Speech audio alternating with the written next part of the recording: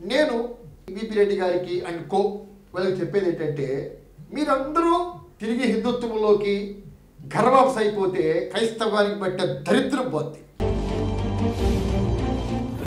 నేను పరిశుద్ధుడు కనుక మీరును పరిశుద్ధులయుండుడి అని ఆజ్ఞాపించిన మన ప్రభువైన యేసుక్రీస్తు నామములో అందరికీ నా హృదయపూర్వకమైన వందనాలు.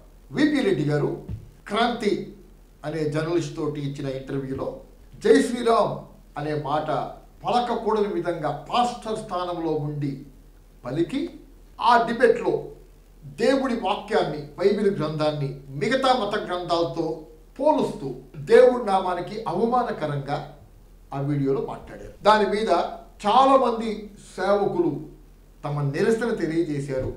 నేను కూడా తప్పకుండా విపి రెడ్డి గారు ఆ విషయంపై ఆ ఇంటర్వ్యూలో తాను బైబిల్కి, దేవుడికి, యేసు ప్రభుకి వ్యతిరేకంగా మాట్లాడిన మాటలకి సారీ చెప్పాలి, తప్పకుండా చెప్పిన దాకా నేను నా వీడియోల్లో ఈ విషయాన్ని ప్రస్తావిస్తూ ఉంటానని చెప్పాను.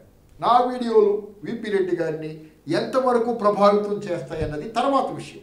నేను చేయాల్సింది మాత్రం నేను చేస్తాను. విపి రెడ్డి గారు ఆ ఇంటర్వ్యూలో తాను మాట్లాడిన క్రైస్తవ్యానికి వ్యతిరేకమైన మాటలు కొనసాగిస్తూ ఒక వీడియో చేసి, నా స్నేహితుడు ప్రసాదం తెచ్చి నన్ను తింటావా అని అడిగాడు, నేను పాయిజన్ కలిపావా అని చెప్పి అడిగాను అంటూ రిమైనింగ్ వీడియో ఒకటి చేశాడు.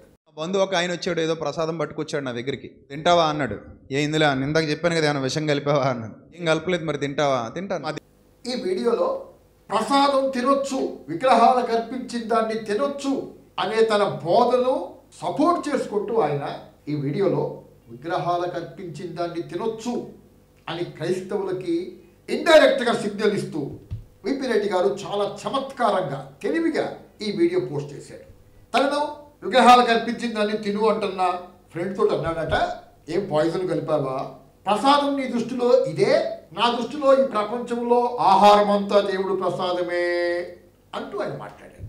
విపి రెడ్డి గారు ఎంత బంధుప్రీతిని, హిందూ భావజాలాన్ని తన వీడియోల్లో, తన ప్రసంగాల్లో చేస్తున్నారంటే అది హిందువుల్ని క్రీస్తు కొరకు సంపాదించాలనే తపన కనపట్టలేదు ఆయన వీడియోల్లో. అసలు క్రైస్తవ్యాన్నే హిందుత్వంలో కలిపేయాలి అనే తపన కనపడుతుంది. రంజిత్ తోఫీర్ గారు రాసిన హైందవ క్రైస్తవ్యం అని డైరెక్ట్గా రాశాడు. విపి రెడ్డి గారు ఆ ఎజెండాని మనసులో పెట్టుకొని ముందు కొనసాగుతున్నట్టుగా చాలా క్లియర్గా అర్థమవుతుంది. ఈయనకి ఎంత బంధుప్రీతి లేదా ఈయనకి ఎంత తపన ఉందంటే, ఒకవేళ ఆయన స్నేహితుడు విగ్రహాలు కల్పించిన దాంట్లో పాయిజన్ కలిపినా తినేస్తాను అన్నంత తపన చూపించాడు. తన వాదనని సమర్థించుకుంటూ తన భజన బ్రాంచ్ పాస్టర్లు కూర్చోబెట్టుకొని విపి రెడ్డి గారు చేసిన లైవ్ వీడియోలో ఆ భజన పాస్టర్లు, నా ఉద్దేశం ప్రకారం ఇటువంటి భజన బ్రాంచ్ పాస్టర్ల వల్లే విపి రెడ్డి గారు ఇంకా అగాధంలోకి వెళ్ళిపోతున్నాడు. వాళ్ళు కనుక ఒకసారి ఆలోచించుకోండి అన్నా, ఇది కరెక్ట్ కాదేమో అని చెప్పి సలహాలు ఇస్తే కొంచెం ఆయన మారే ఆలోచన చేస్తాడేమో. కానీ ఈ భజన పాస్టర్లు ఏ పాటికి విపి రెడ్డి గారికి భజంత్రులతోటి పొగట్టమే సరిపోతుంది, కానీ ఆయన్ని తిరిగి పునరాలోచించుకునే విధంగా ఒక్కళ్ళు కూడా మాట్లాడలేదు. ఆ టాపిక్లో ఒక భజన పాస్టర్ అంటాడు, బ్రాంచ్ పాస్టర్, అపోస్తులైన పౌలు రోమిలకు రాసిన పత్రికలో అవసరమైతే నా స్వజనుల కోసం క్రీస్తు నుండి వేరై శాపగ్రస్తుడవుతాను అని అన్నాడన్నా అంటూ దాని యొక్క పూర్తి అర్థం, పరమార్థం తెలియకుండా ప్రజల ముందు వేల మంది, లక్షల మంది ప్రజలు చూస్తారని చెప్పి తెలిసి కూడా హిందూ భావజాలంతో మాట్లాడాడు.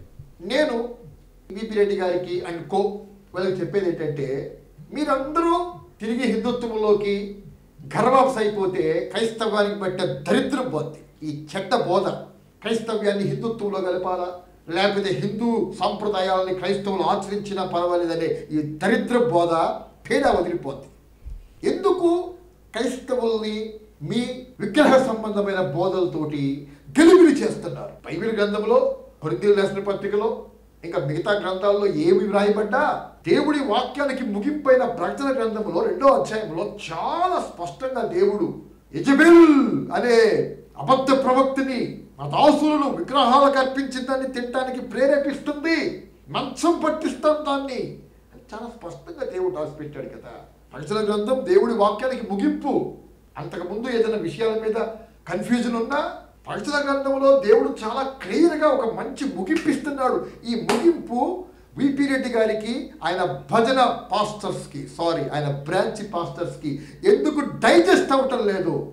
ఇంకా ఎంతకాలం తెలుగు క్రైస్తవ్యాన్ని మీ హిందూ భావజాలంతో, విగ్రహ సంబంధమైన భావజాలంతో కన్ఫ్యూజ్ చేస్తారు అని మిమ్మల్ని సూటిగా ప్రశ్నిస్తున్నాను. ఇది కరెక్ట్ కాదు. ఇంకొకసారి మీరు ఆలోచించుకొని మీ బోధ మీద విచారం వ్యక్తం చేసి సత్యమైన బోధ, కరెక్ట్ బోధలోకి రమ్మని ప్రభునామాన్ని బట్టి హెచ్చరిస్తున్నారు.